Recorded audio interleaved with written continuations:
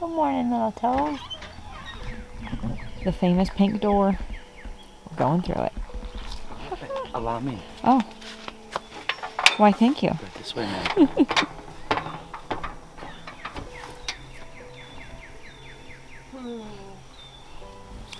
And look, there's Jess.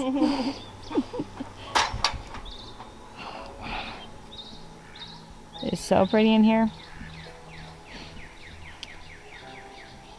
And it stopped raining long enough for us to be able to walk through it and maybe not sink. Yeah. Just to start again tomorrow.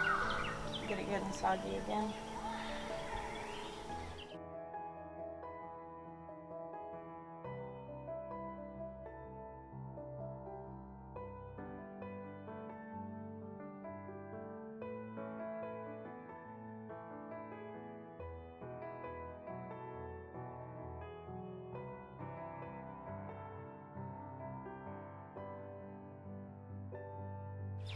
Alright, you picked a slightly underripe blackberry. It's actually pretty sweet still. Yeah? I expected it to be a lot more bitter. Made that mistake a couple days ago. Bitter or tart?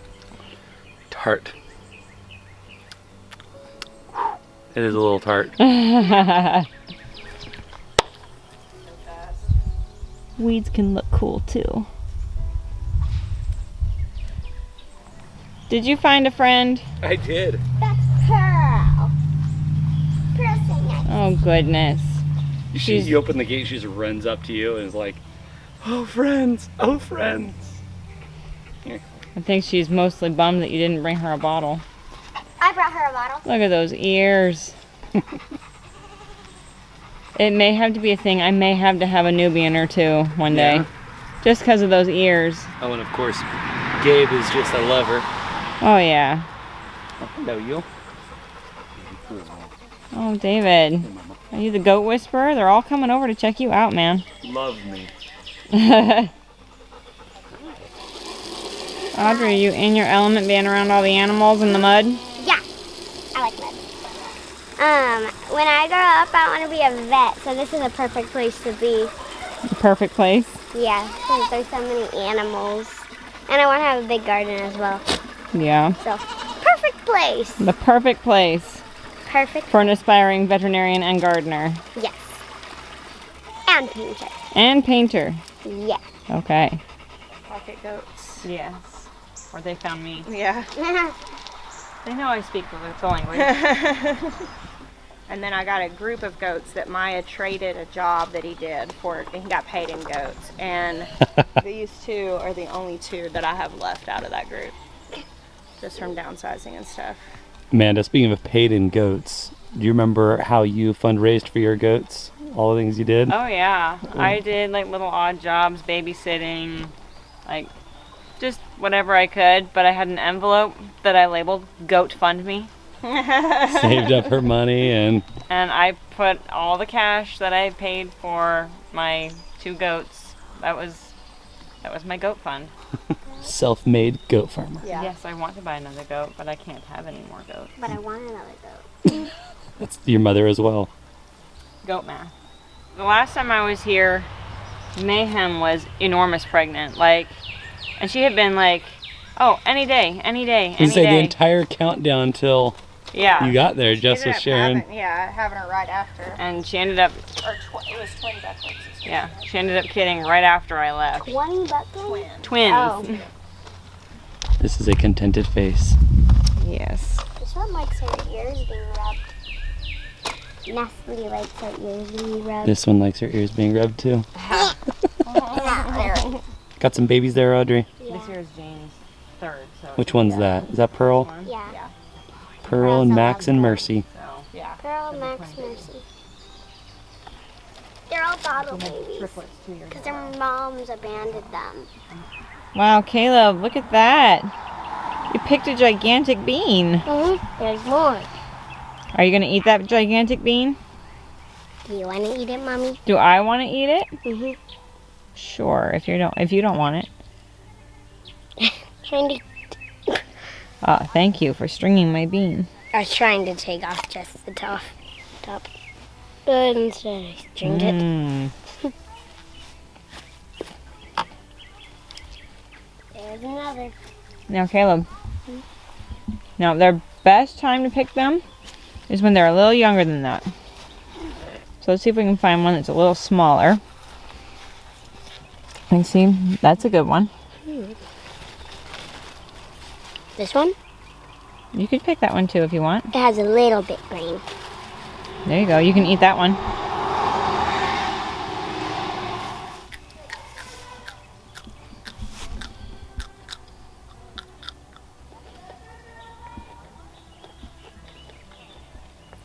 Very nice, kiddo. Look at the size of the bottom of that. Isn't that huge? I bet you couldn't even wrap your hand all the way around that. That's a big sunflower, huh? That's a big bee. Oh yeah, that's a big wasp, huh? That's a wasp? Yeah, it's a kind of wasp. It's okay. Here, we'll just look at the tomatoes. Hmm? Do they harm you? Not if you leave them alone. The tomatoes? No, he was talking about the wasp. If you hear that noise up in the trees, it's cicadas. Can you find one? They're on a 17-year cycle, so right now, listen to that. Isn't that crazy? Caleb, do you hear that noise? Yeah, it's the bug. Yeah, it's the bugs, cicadas. They're very noisy. Cicadas? They're like They're grasshoppers. a type of bug.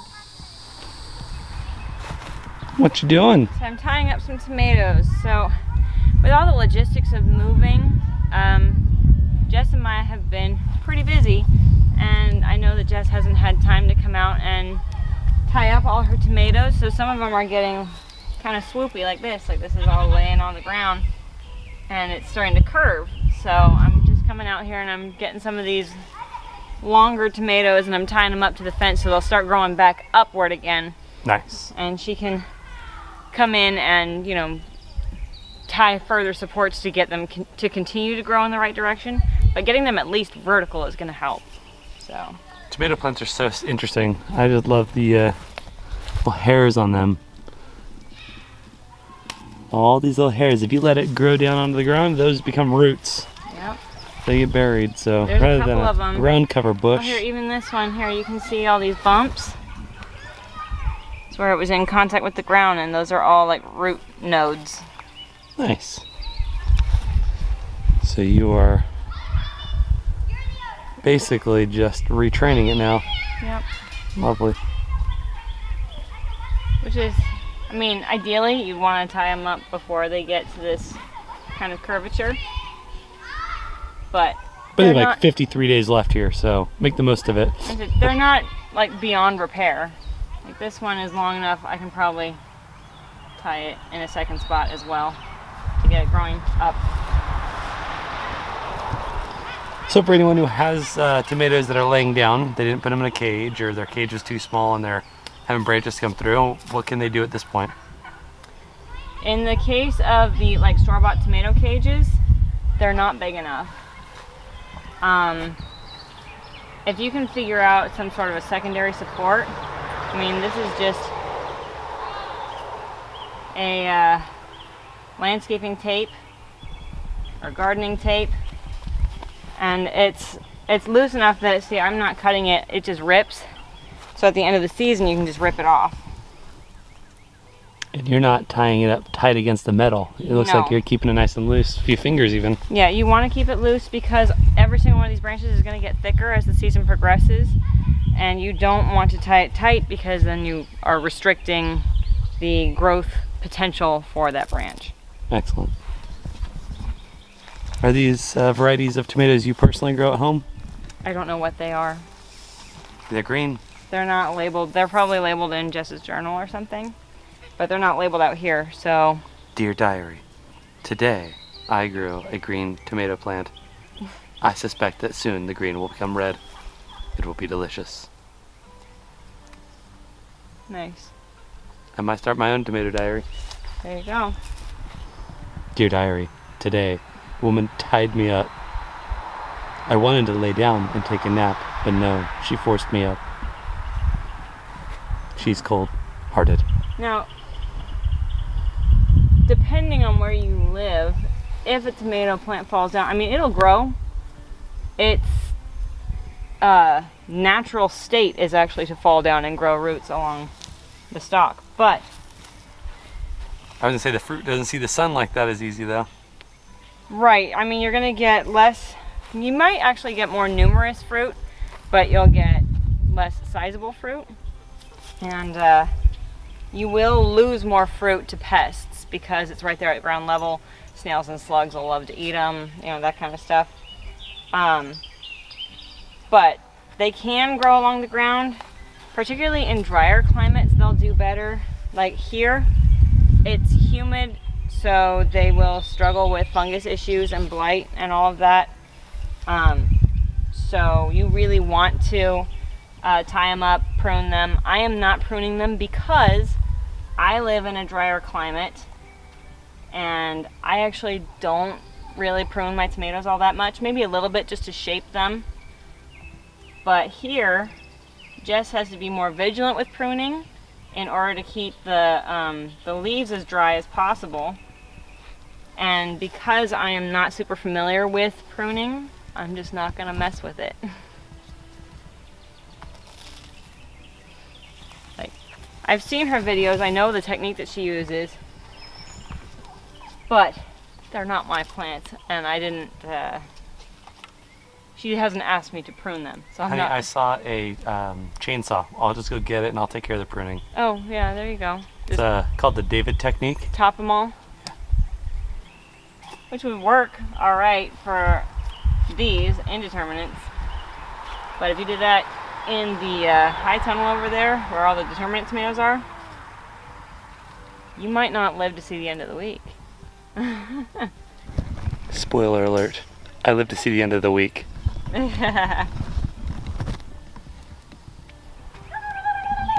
Audrey is joining us in the garden and speaking to the turkeys. When did you learn Turkish? When I first saw a turkey. Wow, you're a quick learner.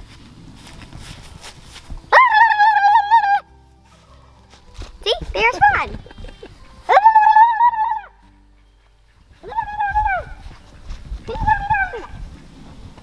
Still learning. The turkey's over there going, I can't believe the foul mouth on that girl. Get it? Get it? Get it? Foul mouth. Her parents should taught her better. Is it the last one in the row? Yeah. Very nice. I did pull the sucker off there. That was lovely. What does the sucker do? So, if you want to come over here, sucker was growing right here in this armpit right here. Mm-hmm. And basically what Jess usually does is she prunes them down to a single branch. Yep. And this would have just become another branch that was going to grow out this way. You just gotta take nutrients to produce another branch that may or may not be worth producing on. Right. So I just went ahead and pulled it based on its direction of growth. It just, I don't think she was going to keep that one. So, but if I wanted to take this home, I would just stick it in water and it would grow roots, and then I could take it home as a new baby tomato plant. Wow. But I am maxed out on the number of tomato plants that I can even like feasibly keep at my house, so. Okay, quick thought on that. That is obviously not a determinate plant if you are considering that would be a productive plant, right? Yes. So a non-determinate plant, Indeterminate. that means that there could grow as much as any of these? Yep. That's redonkulous. It's cool. It is really cool. God, cool.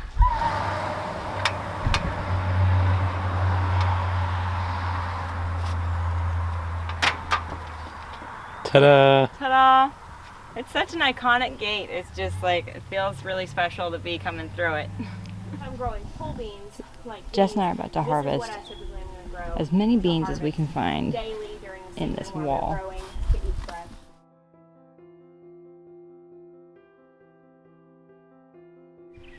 Hey guys, so we are out in the garden, but something incredible just happened.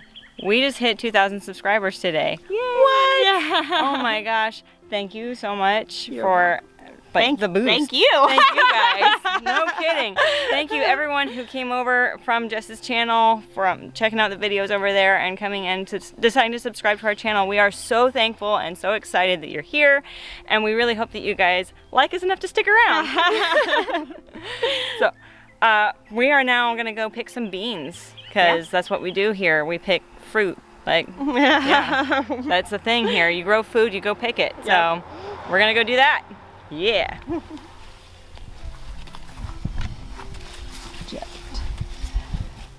Oh, Did that cross? That looks like it crossed. looks like a cross. That looks like it might have crossed. You know, beans don't often do that. That's really neat. So it looks like a purple rattlesnake pole bean. It does. How cool is that? Hybrids. That's exciting. It looks like it's just one plant. Yeah. Though they're all growing together, so who knows? Yeah, there's a couple of them. I mean, it could have been one bean that was crossed. Yep. See down here, it looks more like a rattlesnake. That's interesting. Interesting. Many hybrids have happened in this garden. Yeah. So, how long would you say we've been picking beans? Like less than 20 minutes. Probably, yeah, less than 20 minutes, and we filled this thing. And I don't think we even came close to picking everything. They're so cool. I am impressed. Color me impressed. Beans are one thing that it's just, they're so simple and easy, and if you've got the space for them, with pole beans especially, they will just surprise you. Like, oh look, here's some more, and oh wait, here's some more. Oh look, I moved a leaf, here's more. Like, oh, they just want to produce. What? What are you over here giggling about? In the fall, I will typically... Trying? A ridiculous elephant on a unicycle and a mouse with his In the hands in his fall, I'll pockets. typically Oh my plant gosh. beans on this little trellis behind me. Basically a And child. let them grow until the frost kills them. And basically, last year, they...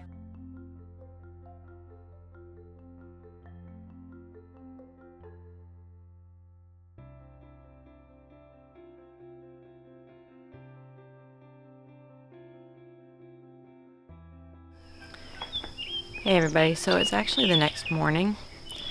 Last night we spent the evening with Maya's family. They were all coming over having barbecue, and we cooked some beans. We had some burgers, we had some fun, had some laughs. But now I think I'm the only one up. I'm just enjoying listening to the symphony of the morning between the birds and the goats. And I just thought I wanted to share it with you guys.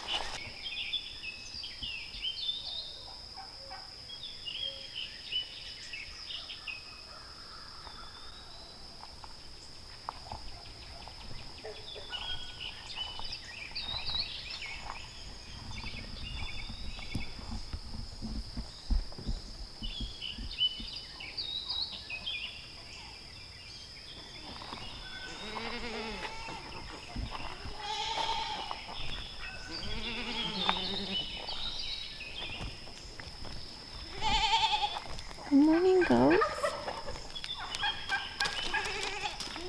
Good morning.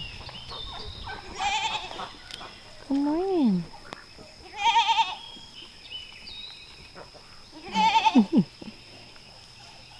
Goodness, man.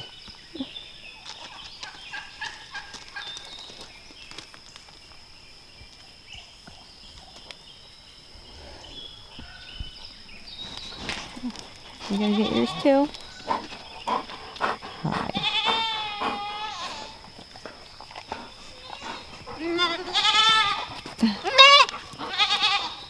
Hello. Hello.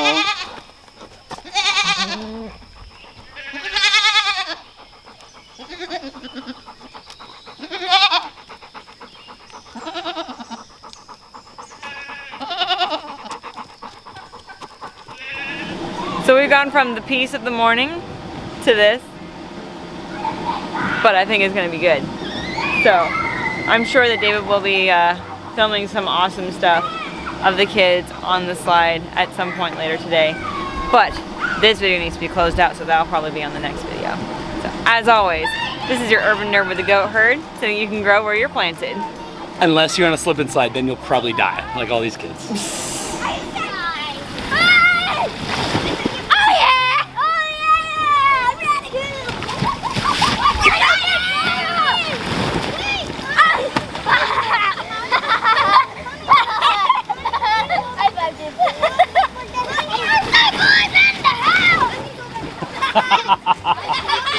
Two birthday boys. Oh, lovely.